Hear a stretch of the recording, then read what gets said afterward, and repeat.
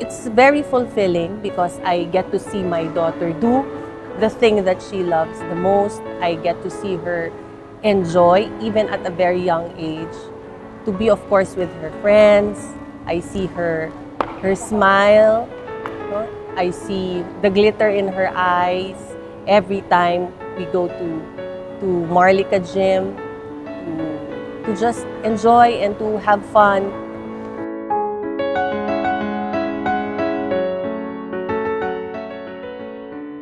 Very exclusive with her little circle of friends.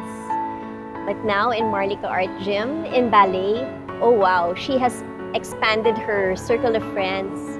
She met new friends. She was able to interact with different girls from different schools and different ages.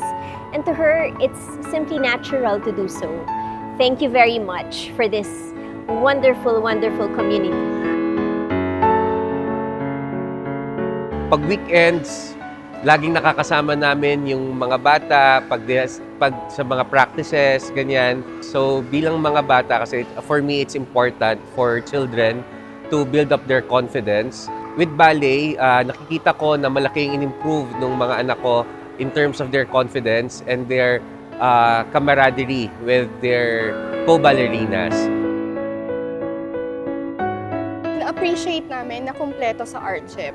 Like for now, Maddie's doing voice lessons, piano lessons, and ballet classes din sa art gym. Considering our busy lifestyle na talagang hindi mo na ma-monitor lahat ng activities ng mga bata. But then, isang chat mo lang kay Doc and she would respond and immediately. At masasabi niya talaga, masasagot niya lahat ng concern.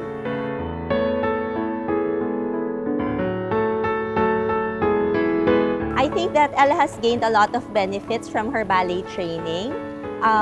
Mentally, it has made her learn more about discipline and perseverance. And physically, it has made her more flexible and has made her strong. I would say that ballet is a very good form of exercise. Ang gusto ko, yung discipline for yung poise and personality. Discipline niya sa sarili niya. Now, since very young pa siya, nakikita ko marunong siya mag-socialize. She knows how to socialize. Tapos siguro along the way, baka ma-develop na rin yung kanyang yung sa personality niya. Siyempre, yun ang gusto natin mangyari.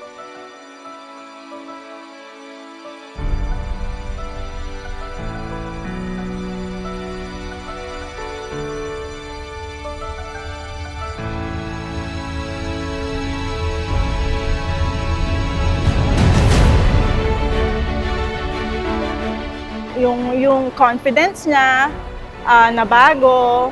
I think naging discipline din siya. Parang na-realize niya na sobrang importante pala ng pagpa-practice. Ayun, parang naging discipline siya palagi. Gumigising siya ng maaga kapag may ballet class siya.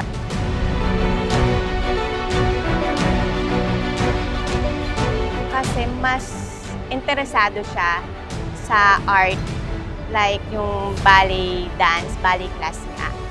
So, nag-pursue kami na i-enroll siya ng ballet class.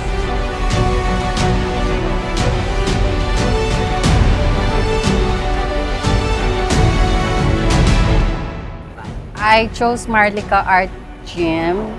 Aside from accessible siya sa place namin, sa house namin, I think malaki yung may tutulong niya sa mga bata na may ganitong potential. Magagaling yung mga instructor nila, talagang tinututukan nila yung mga estudyante niya. Marlica, they can really see the goodness, the talent in every child, and they're able to develop that, to harness that.